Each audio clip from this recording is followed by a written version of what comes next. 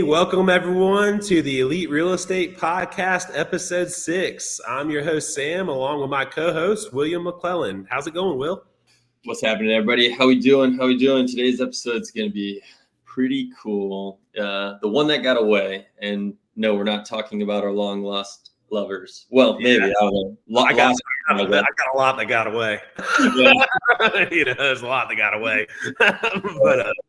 A common thing you will hear in many real estate podcasts is, and I think we've mentioned it on a couple of our episodes, how you always regret the properties you sold more often than not. And that's it was funny because Will and I went to a conference a couple of weeks ago, and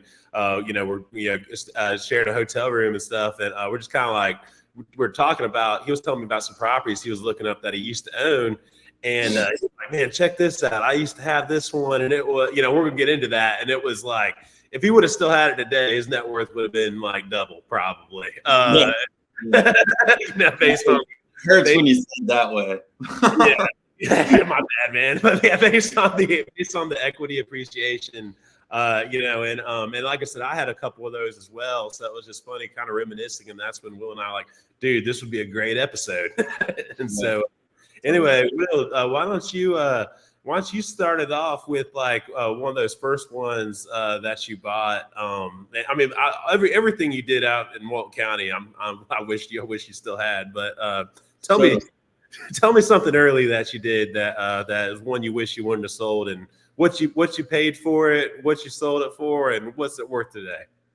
Yeah. So we'll hop right in. This one was pretty fun. It was a short sale.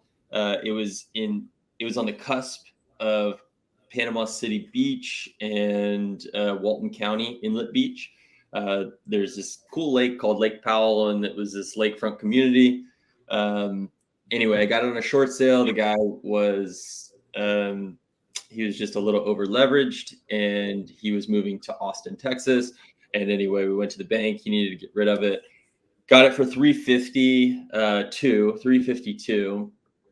Ended up holding it, lived in it for just 1 year. So I did have to pay some cap gains, but it was okay. Sold it for $425. But using this example of what Sam said is, if I would have held it today, we were just looking at Zillow. And so, take that as what it was, but it was like $640.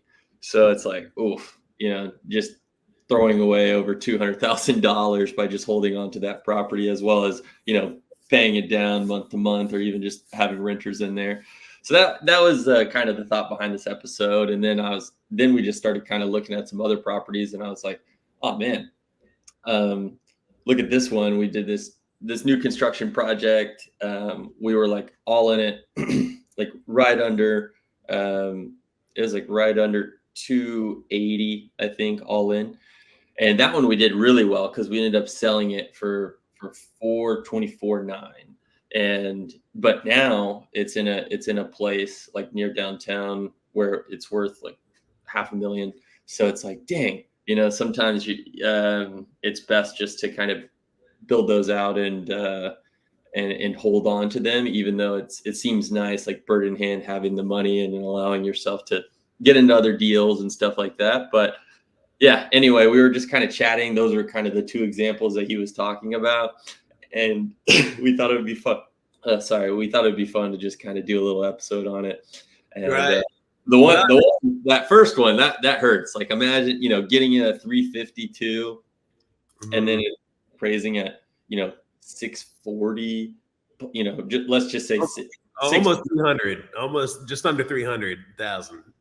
Like, unbelievable. It's like, if it appreciates just a little bit more, another, 50, 60,000, it's literally doubled, Right. So that's a great reminder too, for everyone, when it comes to real estate is not a get rich quick. It's about getting wealthy over time. And, great example of, Will had some great paydays, like those paydays on the immediate sale, nothing to shy away about. But, that's kind of like he got the payday, which made him kind of rich. But if he would have held it, it would have built the wealth. and that's just, Yeah. and I'm being critical of Will, like he's my boy, like that.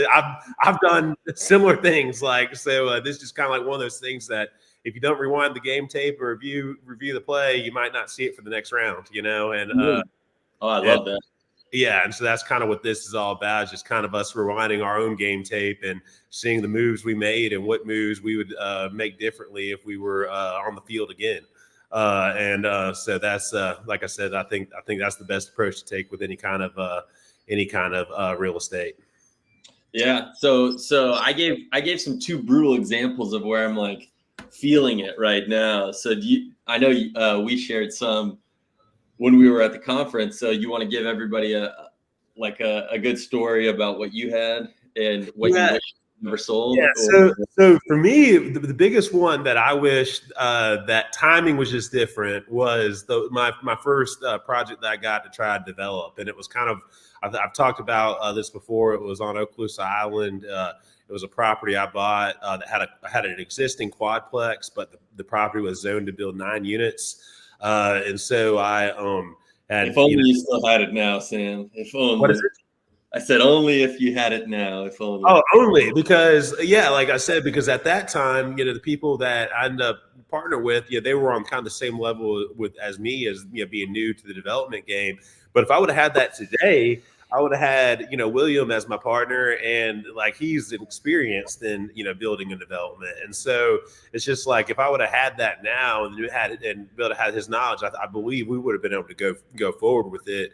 But it's just kind of like I said, it's one of those things that in hindsight I didn't really know all the risk, and I knew I could lose a lot, and at that time I could walk away with an $80,000 profit. So that was, again, it was one of those things where I went for the the quick pay, the bird in the hand.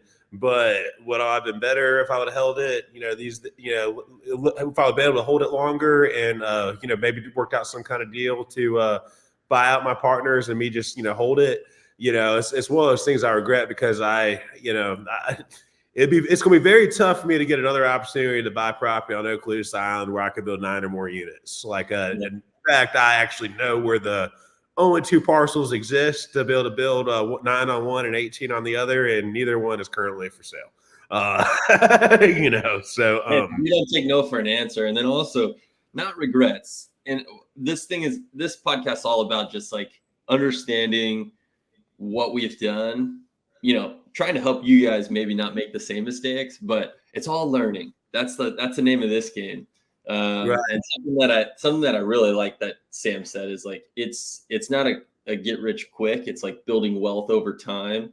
And just from these 3 mistakes that not mistakes, but learning curves that we've had just so far, 8 minutes in this episode, who knows what our net worth would be combined just off these 3 deals, And I have actually, I was gonna say I have one more that was kind of a flip that I had kind of during the market transition, and towards the end of I bought it beginning of or let's say I bought it early in 21, got it finished like middle of 22, and then kind of the market really just kind of got stagnant for a minute.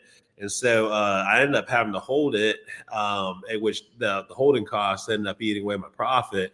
And that was kind of a deal there that I ended up, I did just better than even. I think there was $1,000 profit after it was all said and done, but it was basically a break even deal. That was kind of one of those things where it's like, I broke even, got the expense off my books, but again, I think in hindsight, I probably should have bird it because I think I probably could have stayed even on the money and then immediately had cash flow covering the note. So like I said, it's just things you think about in the past, in your experience of should you always go for the sale or should you look for the refinance? And I would actually say that if building wealth over time in real estate is your goal, then you should be looking at the refinance more often than you do the sale. Don't you agree, Will? I do. And it's funny because I just sent one to Sam where I just saw this really interesting listing where it was listed like $50,000 less than what the quote unquote appraised value was. It said appraised at X, but selling for this. And I was like, could this be a play? And then I was also kind of like, why would they be selling if it just like this much cheaper if it just appraised? So it was a cool little property that was on the water. So I'm imagining that the owners were probably having a difficulty insuring it. We haven't followed up on it, but I just started like thinking about stuff because Sam and I are always like bouncing ideas and talking off each other. And he's like, well, this isn't really a play. What are you seeing? And then I started thinking about it. I was like, you probably can't insure this thing. That's probably why they're having to dump it. Then that's actually makes a lot of sense, dude. Because if you think about it, if they say it's appraised for this much, but no one's even touching it at a $50,000 discount, it's because that when it was appraised for that, the insurance was probably half. Totally. I bet you that they got hit this year like the same way I got hit this year with the double insurance bill. And we're in Florida, by the way, so that's why I want to kind of highlight that. Yeah, Florida is definitely experiencing hella insurance issues, and especially around our coastal areas. I think that's a great next episode or a future episode because my insurance bill is almost doubled, and I have a new construction, brand new house. And I have a brand new house, right? But his is brand new. His was a 2023 build. So yeah, so I had a really great rate coming in, and then after that premium ended, coming into this year, I was going to renew it, and they said, "Oh, sorry, can't renew it at that price." And I'm like, "What the hell?" And so then I started doing a little shopping. But interestingly enough, yesterday I was in Gulf Breeze at someone's house and we were talking about insurance. And there's a few different people that all lived in that area. And they said, oh, yeah, my insurance is tripled. One guy said, yeah, the best deal that I've gotten on coverage is $19,000 a year. And he was like, it is a nice home, obviously. Right. So like, that's but then he was like, yeah, I calculated it out with my premium.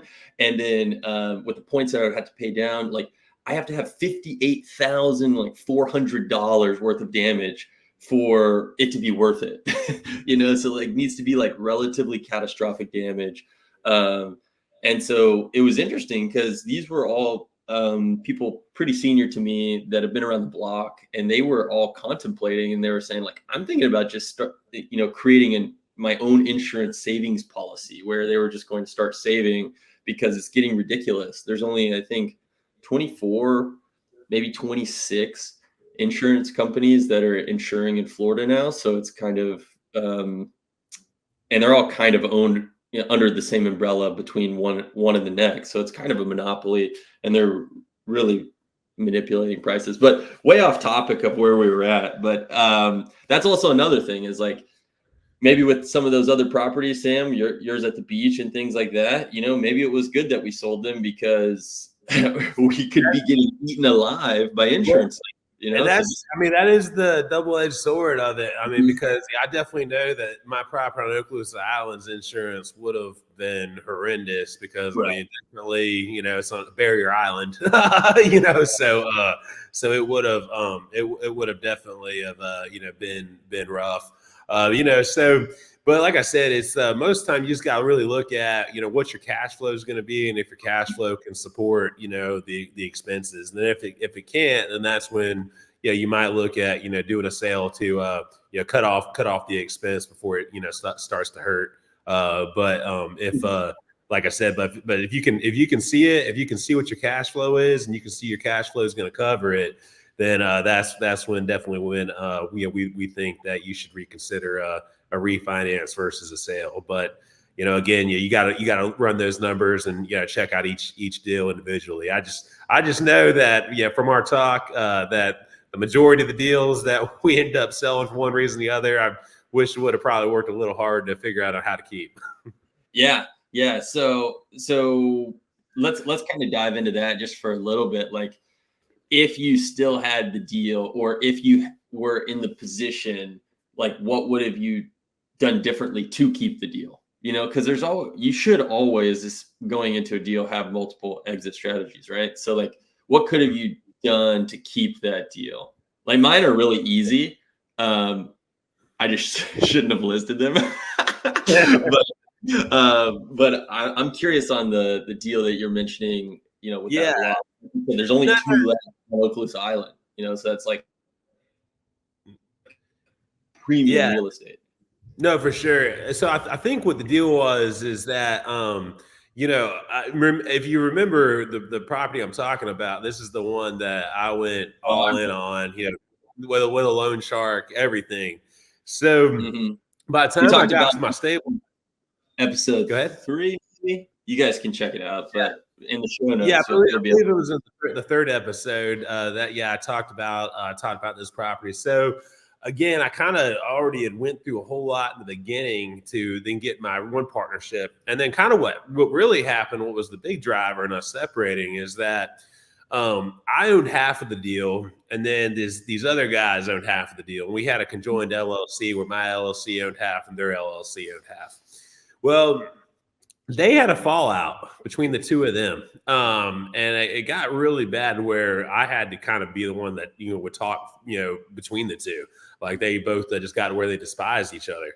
And so like at the time, both of them were trying to do things to screw each other, and they were trying to involve me in the deal.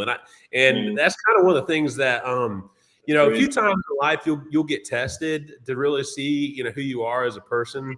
And this was one of those times where I had the opportunity to actually walk away with more than the 80,000 I walked with, but I would have had to screw someone else over in the process that was a friend of mine. And and I couldn't do that. I couldn't, I told that person who kind of invested in their side of the deal that everything was going to be good, and I believed in it. But then once I kind of saw the angle of how they were trying to get out of things, I wanted to make sure that he was kept good and going to be made whole. So I kind of stayed in the deal longer for that reason. To like I said, try to protect someone who took my word for it that I was going to be a good investment. And so it ultimately, when we sold it, that investor was made whole because of me. I was still able to walk away with a profit, but like so that was kind of the situation. Now, you asked what would I have done differently today? The answer is that I would have probably been searching more for a secondary partner to buy out their shares, and that was just something I was a little stuck on at the time. And it was, keep in mind, like, would I have been able to get both of them to agree on that? I think so, maybe not. Like I said, I was definitely walking on eggshells a little bit between the two of them. Like everyone loved me. I was still the good guy. It was like I said, the beef was strictly between these two dudes. And so like I said, whenever they were having that, that's when I was like, well, let's just try to get everyone separated and the easiest way possible. But again, I think if I would have if I would have met you earlier, I know you would have had the liquidity where you probably would have offered it and to buy them out, because you would have saw the opportunity and been like, hey, I want in on that. On the island, I wish I would have known you. Right. And so that's kind of, I think, the biggest thing. And another good point of this episode is that you can't build your network too big when it comes to real estate.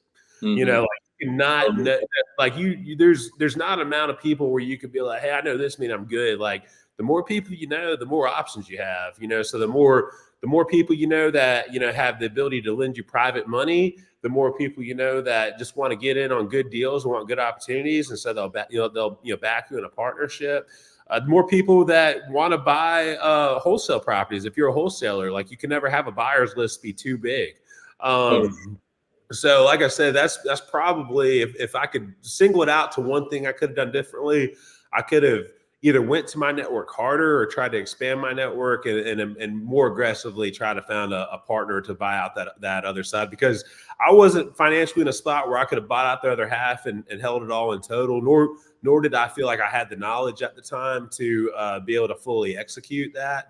But I do think, like I said, if it would have been today, I know more about what I don't know, and so I think I would have been able to find the right people, and that would have helped me buy them out and kept me in the deal, and then helped me be able to develop the full 9-unit 4-story condo that was originally planned. Hey, I mean that's cool. So I think something really interesting and a big takeaway there is like trying to find a bigger picture. If you're in a deal, you know it's a good deal, and then maybe listing out all your exit strategies and then having another one. It's like, man, I know this is going to be a good deal, and this is going to be a good deal for a long time. It's not just, and some deals are good to get rid of. I don't want to say that all deals should be held, but just kind of the point of this episode is like, there's some deals I really wish I didn't sell. Right, and, 100%. And so like kind of flipping the coin there.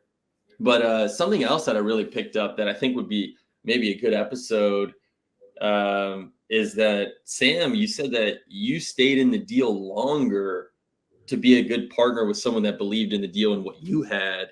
I mean, yeah, actually, I never told you about that. And I was, you don't want to brag about the good deeds you do in the dark, but I want to hear about it, and so do the listeners. So, like, I think that could be something we could chat about, because obviously it makes great sense on why I'm working with Sam, right? Just from that, like the guy, integrity and everything is there.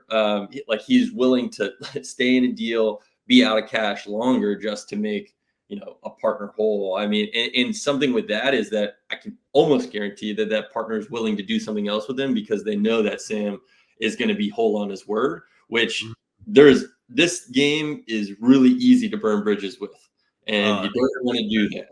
And so, the best thing that can come out of that is just being honest and having integrity, and sometimes it costs you money. It does. It does, yeah. And but you got to ask yourself, like, are you in this, for a short term or a long term, And I mean, my goal is to be in this business longer than I've already been alive. Like my path forward has way more decades going forward than I have behind me. God willing. So with that being said, to me, my word is important.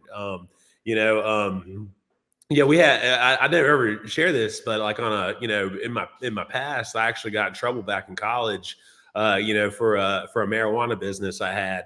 And, that, again, this was one of the things where you're tested. Like, so whenever I got arrested by the cops, it was like, are you going to save yourself and by telling on everybody else? Or are you going to, do what I believe is the right thing? And, you do the crime, you keep your mouth shut, and you do the time. And again, is that to me, that was another point in my life where my integrity was tested. Now, granted, I was in a criminal situation then, so that wasn't good to begin with, and I highly discourage anyone from ever going down that path, because I definitely learned my lesson there.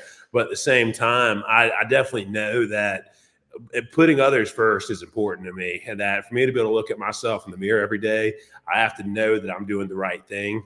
I have to believe I'm doing the right thing. And and I can pretty much live with any bad decision as long as I know that I did the right thing that I believe was right and true in my heart. And like I said, at the time I got in trouble back in college, I knew I needed to just keep my mouth shut and go on my little state sponsored vacation. And again, it was the same thing, kind of like in this deal.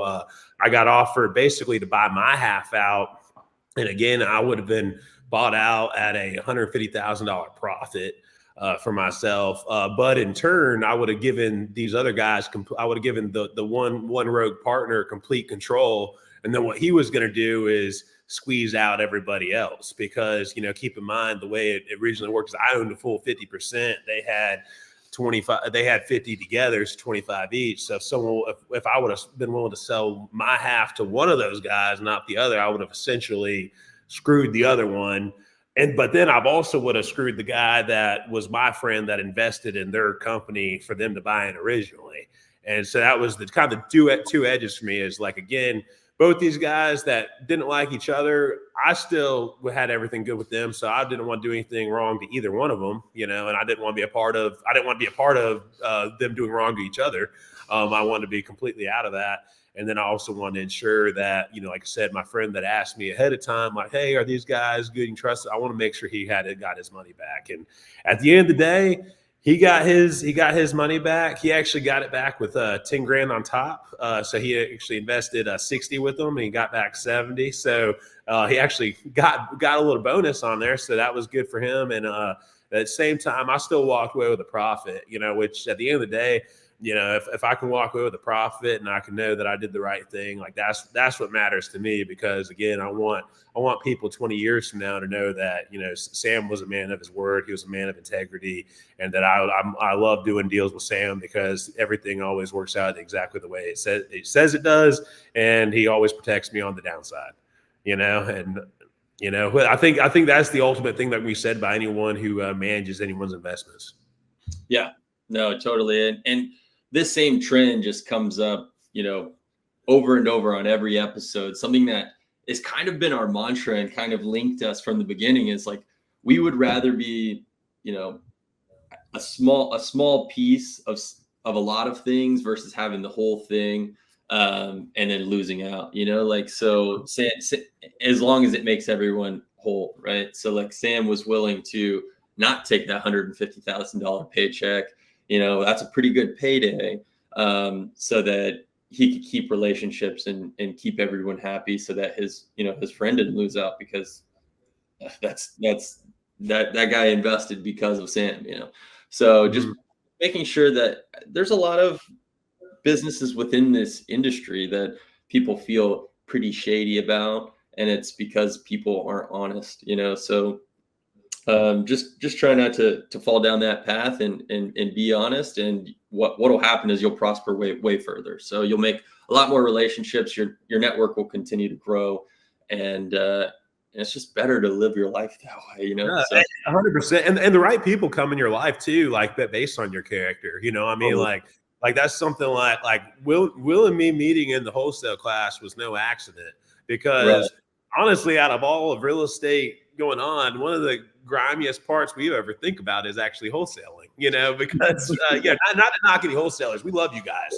But you guys all know that one guy who took advantage of a grandma. You know the guy in the group. And got her to sign the contract, for dirt cheap, so you can make a 6-figure fee.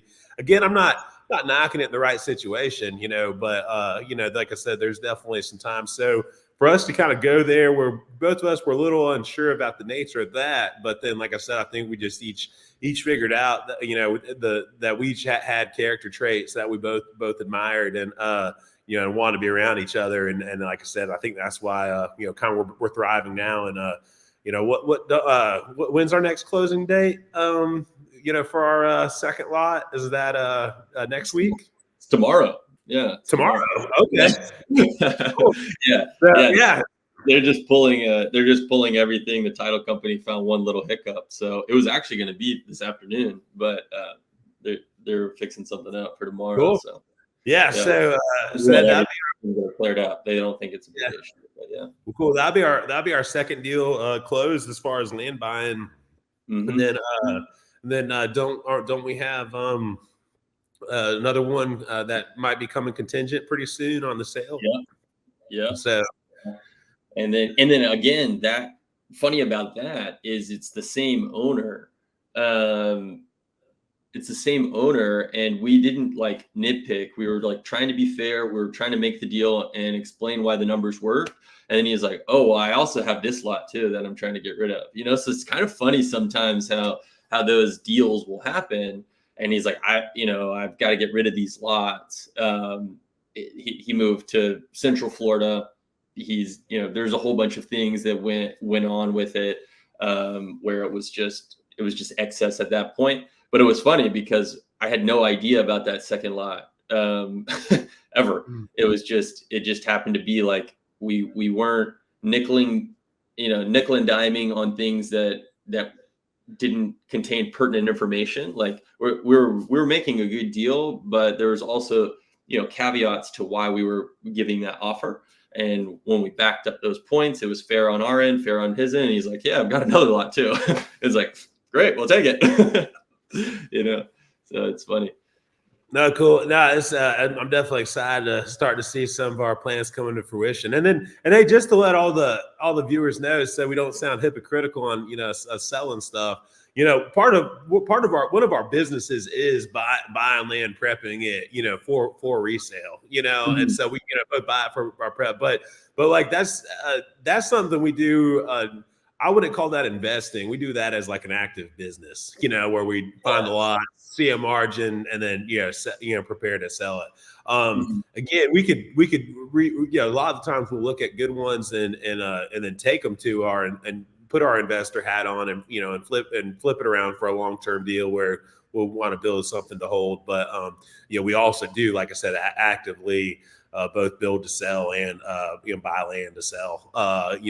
As an active business. So Yeah, that's how I just want to differentiate between an active business and quote and long term investing. long term. Yeah, no, that's great. Yeah, because right Kind of now, like the difference between day trading the market versus long term stock investing. yeah, Day just hold trading, in the it's S&P, just an hanging out. active job. Yeah, you cost dollar average in, that's investing. Yeah, So exactly. Yeah. So a lot of times what we're doing is we're trying to find and work with builders and and put together spec homes because that's how we're making enough margins to make money for the big long term deals that we want to hold on to. So, but exactly. this was a fun episode. I really want to touch back on like being a good partner and things like that because I want to hear the rest of that story, and I'm sure everybody else does too. But as we close out, just want to thank our sponsor, Clean Eats. Amazing food. I know I say this every time because I don't understand why everyone's not eating a pizza and popping it in the oven for lunch when we're recording right now, generally during my lunchtime. So it's like sub 500 calories for a whole pizza, and then I'm stuffed for the whole day. So thanks again to Clean Eats. And then Sam, where can everybody find you at? Yeah, so the best way to reach out to me is on my Instagram at Sam_Florida Man. That's Sam_Florida Man on Instagram. Feel free to follow me and shoot me a DM. Let me know if you guys have any deals you're looking at that you want some extra assistance on, or if you're looking for someone to maybe partner with you on a deal. If you think Will and I would be a good fit as far as partners for you, then please bring it to our attention. And then, Will, where's a good spot for them to reach out to you? Yeah, same thing. If you guys want a second pair of eyes, you guys can always email us, or you can find us again on Instagram. For me, it's Elite REIFL .W McClelland, MCCLELLAND. So that's just my last name, W for William, and then our business, Elite REIFL, just like the podcast you're listening to. So you can go ahead and find all of that information. Shoot us literally anything, even if it's something that you think is a good deal, but you're not too sure. You just want a second set of eyes on it. We're all about looking over things, and then if it works out and whatever it might be, if you need lending money, if you need a partner, you want a JV or something, like there's a whole bunch of different ways to skin a cat, so we can make something work for sure. So Definitely check out our website. That you'll see the link here at the bottom, and make sure you subscribe to our newsletter and our buyers list. yeah, We we are building our buyers list for wholesaling all across the nation. Or if you're a wholesaler and you're looking for some buyers, you can tap into our buyers list, and we're happy to split the deal with you. So if that sounds something you want to do, maybe you got something, you're getting to those final 2 weeks and you really need a buyer, bring it to our attention, because we might be able to help put the buyer in there. And like I said, we'll be willing to split the fee with you. So if that's something you're interested in, please reach out. Yeah. And if you guys have vacant land that's buildable, especially in Florida, you know who to sell it to. We will be the buyers. Exactly. Anywhere Northwest Florida or South Alabama. So South Alabama or Northwest Florida, we are definitely interested in your land. That's something that we're working on right now, is doing more new land development. So please reach out. And until then, we'll see you guys on the next episode. Thanks. Yeah, thanks. All the best. it.